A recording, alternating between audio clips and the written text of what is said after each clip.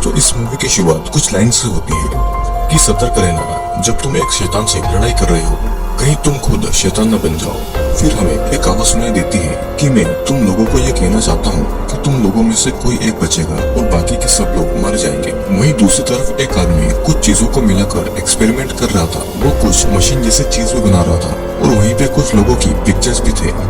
और एक इसी अंधेरे कमरे में एक डरी हुई लड़की डोर को खोलने की कोशिश भी कर रही थी, लेकिन पीछे से एक आदमी उसे आकर मार डालता है। और इस मूवी में क्या हो रहा था और क्यों हो रहा था वो आपको इस मूवी के एंड में ही पता चलेगा, तो वीडियो के एंड तक जरूर बने रहिएगा। ये कहानी फिर एक लड़की जेके पर दिखाई जाती है, जो कि एक अमीर आदमी के साथ में डेट पर जा रही थी। वो रेडी होके अपने फ्रेंड को बाय बोलकर उस आदमी के साथ में कार में बैठकर निकल जाती है और वो लोग एक पार्टी करने जा पहुंचते हैं, जहाँ पर और भी कई सारे लोग आए हुए थे। फिर हमें कुछ लोगों के इंट्रोडक्शन कराए जाते हैं। जैक्सन, जो कि स्ट्रॉन्ग और कॉन्फिडेंट लड़का था। एंटन, जो कि 5 साल से आर्मी में था और वेपन्स को हैंडल करने में एक्सपर्ट था। क्रित, जो कि एक नंबर का चालू इंसान था, वो बस अपना काम निकलवाना जानता था। लिया, जो कि दूसरे पे बिल्कुल भी रहम नहीं दिखाती है और उसे हारना बिल्कुल भी नहीं पसंद था। निक एक एथलीट था और वो एक बहुत अच्छा लड़का था। कार्लो, जो कि ज्यादा बातचीत नहीं करती थी क्योंकि उसकी एक एक्सीडेंट में वोकल कॉर्ड खराब हो चुकी थी और वो एक जिम्नास्ट भी थी। सारा एक अनाथ लड़की थी जो कि लोगों के बीच में ज्यादा नहीं रहती थी। माइक एक मेल एस्कॉर्ट यानी कि प्रोस्टिट्यूट था। और जेकी, जो कि एक योगा टीचर थी और उसे सबसे मिलकर रहना बहुत ज्यादा अच्छा लगता था। सभी लोग पार्टी में एक दूसरे से बातें करते हुए एंजॉय कर रहे थे और अचानक से पार्टी में कुछ लोग बेहोश हो जाते हैं और जब उन सबकी आंखें खुलती है तो वे एक सुनसान अंधेरे रूम में थे।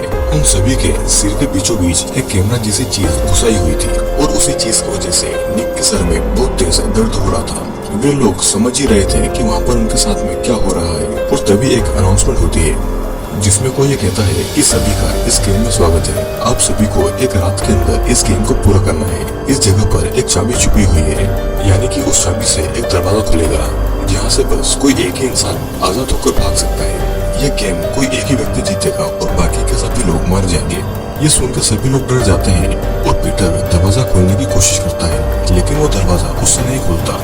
तभी वहाँ पर फिर से अनाउंसमेंट होती है जिसमें वो शख्स फिर से कहता है कि ये दरवाजा तभी खुलेगा जब कोई एक शख्स ही जिंदा बचेगा और बाकी के लोग मर जाएंगे। और ये अनाउंसमेंट सुनकर इस गेम से बाहर निकलने के लिए पीटर अपने सर से कैमरा को निकालने लगता है और जब वो कैमरा को निकाल देता है तो उसके सर से एसिड निकलकर उसके पूरे फेस को गला देता है और पीटर वहीं पर तड़प कर मारा जाता है। और तभी वो शख्स फिर से कहता है कि कैमरा में एसिड भरा हुआ है, अगर किसी ने भी कैमरा निकाला तो उसका भी हाल यही होगा और किसी ने भी कुछ भी गलत किया तो उसे इलेक्ट्रिक शॉक दिया जाएगा। जो भी गेम जीतेगा उसका कैमरा हम ही निकाल देंगे और इस गेम को अगर दिए हुए टाइम में खत्म नहीं किया गया तो सभी कैमरा से एसिड निकलेगा और सब पीटर की ही तरह मारे जाएंगे। और फिर उस शख्स की ये बातें सुनकर सभी डर जाते हैं। सभी मिलकर गेम को खत्म करने की सोचते हैं और सभी की नजर जमीन पर बने कुछ निशानों पर पड़ती है। वे सभी निशाने को फॉलो करते करते आगे बढ़ते हैं और इन सभी लोगों को कैमरास में कुछ अमीर लोग देख रहे थे। उनमें से ही एक आदमी क्रिस कहता है कि अब आप सभी लोग इस खेल में बाजी लगा सकते हो। और ये सुनकर सभी अमीर लोग गेम में फंसे हुए लोगों पर बाजी लगा देते हैं। ये एक तरीके की खुली हुई गेम थी। यहाँ पर कैद किए हुए लोग जिन पर ये लोग बाजी लगाते हैं वो उनके लिए किसी जानवर के समान थे। जो भी गेमर जितना ज्यादा स्ट्रॉन्ग होगा उसके ऊपर उतनी ज्यादा बाजी लगेगी और जो गेमर हार जाएगा उस पर लगाए हुए पैसे डूब जाएंगे और वो गेमर भी वहीं पर मारा जाएगा। फंसे हुए लोग वहाँ पर अपनी जान बचाने के लिए इस गेम को खेल रहे थे, लेकिन अमीर लोगों के लिए ये बस एक टाइम पास गेम था। यहाँ पर सभी लोगों को एक बॉक्स मिलता है। उस बॉक्स के अंदर एक तलवार थी एक दूसरे को मारने के लिए। जेके कहती है कि सबको मिलकर खेलना चाहिए, लेकिन तभी एंटम नाम का एक प्लेयर आके जैक्सन का गला काट देता है और ये देखकर वहाँ के अमीर लोग बहुत ज्यादा खुश हो रहे थे, लेकिन अंदर फंसे हुए गेमर बहुत ज्यादा डर गए थे। जेकी, स्टीवन और निक कहीं पर जाकर छुप जाते हैं। एंटन के साथ में ली और किथ मिल जाते हैं और कहते हैं कि पहले हम उन सभी लोगों को मिलकर मारेंगे और बाद में वे आपस में लड़ेंगे। इधर निक की नजर एक होलोग्राम पर पड़ती है और वे लोग आगे बढ़ते हैं। निक को आगे एक बेसबॉल बैट दिखाई देता है और वो उसे अपने साथ में रख लेता है अपनी और अपने दोस्तों की सेफ्टी के लिए। इस तरफ एडम, ली और किथ एक रूम में जा पहुंचते हैं जहाँ पर हर तरफ चाबियां ही चाबियां लटकी हुई थी। किथ एक चाबी लेकर डोर को खोलने के लिए ट्राई करती है और बहुत देर तक इतनी ज्यादा चाबियां ट्राई करने के बाद भी वो इसे नहीं खोल पाती और गुस्से में एंटम चाबियों की बाल्टी को लात मार के वहाँ से आगे बढ़ जाता है। कि तभी क्रित वहीं पर एक हथियार देखता है और वो उस हथियार को अपने पास में छुपा कर ही आगे बढ़ता है।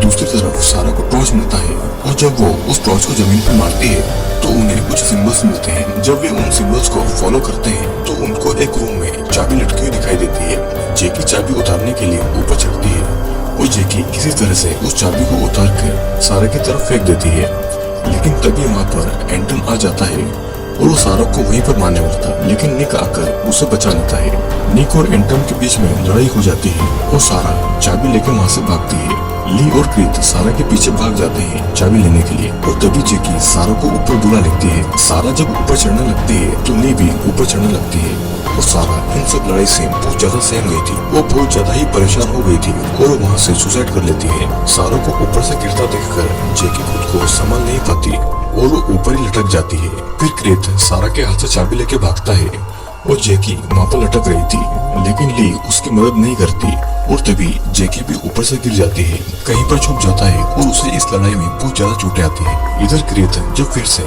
सारा के पास आता है तो सारा अभी भी थोड़ी बहुत जिंदा थी। एक लोहे का टुकड़ा उसके सीने के आर पार हो गया था और वो क्रीत से मदद मांगती है। क्रीत जब उस लोहे को बाहर निकाल रहा था तो सारा वहीं पर मर जाती है। ये सब गेम वे सभी अमीर लोग देख रहे थे और वे लोग जेकी के बेहोश होने पर बहुत ज्यादा परेशान थे, क्योंकि सबसे ज्यादा बाजी जेकी पर ही लगी हुई थी। इधर एंटम क्रीत को पकड़कर चाबी मांगता है, लेकिन क्रीत कहता है कि मुझे अभी तक चाबी नहीं मिली है, लेकिन ली उसकी बातों को पकड़ लेती है कि क्रीत झूठ बोल रहा है। फिर ली और एंटम उसकी तलाशी लेते हैं और उसके पॉकेट में से वही हथियार मिलता है। ली को लगता है कि उसने ये उन लोगों को मारने के लिए रखा है और तभी एंटम उसे मारने के लिए भागता है और वो क्रीत को पकड़ कर मार डालता है। अब सभी के पास में बस 3 ही घंटे बचे हुए थे और तभी जेकी को होश आता है। जेकी को होश आता देखकर सभी अमीर लोग बहुत ज्यादा खुश हो जाते हैं और जेकी सारा को मरता हुआ देखकर बहुत ज्यादा रोती है। तभी वहाँ पर कार्ला आ जाती है, लेकिन वो जेकी को नहीं मारती और वो इशारों से जेकी को कुछ कहती है, पर जेकी को समझ नहीं आ रहा था कि कार्ला उसे क्या कहने की कोशिश कर रही है। जेकी उससे पूछती है कि क्या तुमने निक को देखा है, और कार्ला इशारों से नहीं बोलती है और दोनों फिर से निक को ढूंढने लग जाते हैं। इधर हम देखते हैं कि क्रीत मरा नहीं है और उसके पैर में गहरी चोट आई हुई है और उसके हाथ से गलती से कहीं पर वो चाबी गिर गई है और वो चाबी वहाँ से गुजरने पर जेकी और कार्ला को मिल जाती है। वो दोनों चाबी पाकर बहुत ज्यादा खुश होते हैं और तभी क्रीत वहाँ पर आकर उससे कहता है, तुम जहाँ पर खड़े हो वहाँ पर तेल है और इस गेम में बस एक ही जिंदा रहेगा और बाकी के सभी लोग मर जाएंगे। वो उनसे चाबी मांगता है और अगर वो उन्हें चाबी नहीं देंगे तो वो उसे जलाकर मार डालेगा और तभी पीछे से निक आकर क्रीत को मारकर सारा और जेकी को बचा लेता है। इस तरफ ली और एंटन डोर की तरफ जाते हैं और वो ये फैसला करते हैं कि वो बाकी के लोगों का वेट करेंगे और उन लोगों को उस डोर को खोलने आना ही पड़ेगा। वे जब उस डोर को खोलने आएंगे तो वो उन्हें मारकर चाबी ले लेंगे। दूसरी तरफ निक को बहुत ज्यादा चोटें आई थी तो जेकी अपनी टी शर्ट खोलकर उसकी पट्टियां करती है और कार्ला थोड़ा आगे जाकर सबको नजर रखती है। निक जेकी के बीच में एक बॉन्ड बन चुका था और दोनों एक दूसरे को किस करते हैं और उनको ऐसा करते देखकर वो अमीर आदमी क्रिस जेलस होता है। अब इस गेम में सिर्फ 1 ही घंटा बचा हुआ था। कार्ला आके निक और जेकी को आगे ले जाती है और वो ये देखते हैं कि ली और एंडम डोर पर ही बैठे हुए हैं उन्हें मारने के लिए। निक, जेकी और कार्ला ये प्लान बनाते हैं कि वे लोग चाबी को दिखाकर उन्हें अपनी तरफ बुलाएंगे और फिर जेकी चाबी दिखाकर एंटन को अपनी तरफ बुलाती है। एंटन उसके पीछे पीछे आता है और ली के पास जेकी जाती है, लेकिन ली ये देखती है कि वो जेकी नहीं बल्कि कार्ला है। कार्ला ने जेकी के कपड़े पहनकर उन लोगों को कंफ्यूज किया था और कार्ला और ली के बीच में भयानक हमला होता है।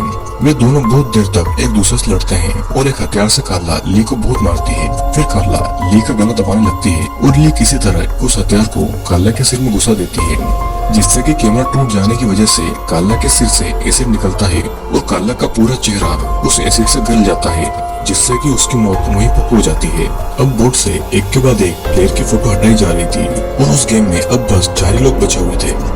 इधर जेकी एंटम को अपने पीछे लगाकर एक जगह पर लेकर आती है। एंटम के आते ही वो उसके ऊपर तेल डाल देती है और निक से कहती है कि उसे जला दो, लेकिन एंटन निक पे हमला करके उसे घायल कर देता है और वो जेकी को मारने के लिए आगे बढ़ रहा था। फिर हम ये देखते हैं कि निक किसी तरह आग जलाकर एंटन को वहीं पर जला देता है और एंटन चिल्ला चिल्ला कर वहीं पर मारा जाता है। निक वहीं पर बेहोश हो जाता है और जैकी निक को उठाकर वहाँ से ले जाती है। ली ने कार्ला की जेब से चाबी ले ली थी और वो उस डोर को खोलने जाती है, लेकिन डोर उसे नहीं खुलता। और तभी वहाँ पर निक और जैकी आते हैं। फिर ली और जैकी के बीच में बहुत घमासान लड़ाई होती है और जैकी एक ही झटके में ली का गला काट डालती है।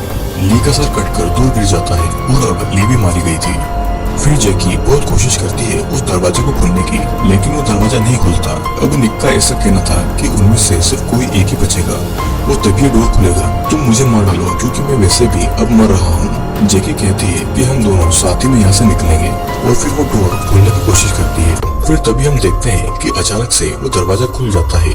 जैकी को समझ में नहीं आ रहा था कि दरवाजा कैसे खुला और जब वो पीछे पलटकर निक को देखती है तो उसे पता लगता है कि निक ने अपनी खुद की जान ले ली है। उसने जैकी को बचाने के लिए खुद की जान ले ली, जिससे कि जैकी बहुत ज्यादा रोने लगती है क्योंकि वो किसी को भी नहीं बचा पाई थी। जैकी जब वहाँ से बाहर आती है तो क्रिस उसे हक करके ये कहता है कि तुम जीत गई। ये कहानी कुछ दिनों के बाद से शुरू होती है, जहाँ पर जैकी को अपने रूम में क्रिस दिखाई देता है। जैकी क्रिस से पूछती है कि तुमने मेरे साथ में ऐसा क्यों किया, और क्रिस उसे कुछ ऐसा बताता है जिससे सुनकर जैकी के होश उड़ जाते हैं और पूरी मूवी का राज नहीं पर खुलता है। क्रिस उसे कहता है कि तुम्हारी याददाश्त जा चुकी थी और यह गेम तुम्हारे लिए ही बनाया गया था। इस गेम के सारे रूल्स तुम्हारे लिए ही थे। जैकी ने उसके रूममेट को भी मार डाला था और उसे ये सारी चीजें याद ही नहीं थी। जैकी की याददाश्त वापस लाने के लिए उसके दोस्त और क्रिस ने उसके लिए इस गेम को बनाया, जहाँ पर जैकी को भी रखा गया था। और ये सब जान के जैकी अंदर से बहुत ज्यादा गुस्सा होती है कि सिर्फ उसने दोस्तों के साथ में मिलकर अपने मजे के लिए उस खून के खेल में कई लोगों को मार डाला। जैकी फिर उन्हें दिखाने के लिए एक प्लान बनाती है और वो उनके साथ में मिल जाती है, लेकिन उसके दिमाग में कुछ भयानक चल रहा था और वो बहुत चालाकी से क्रिस से इस गेम के बारे में जान लेती है।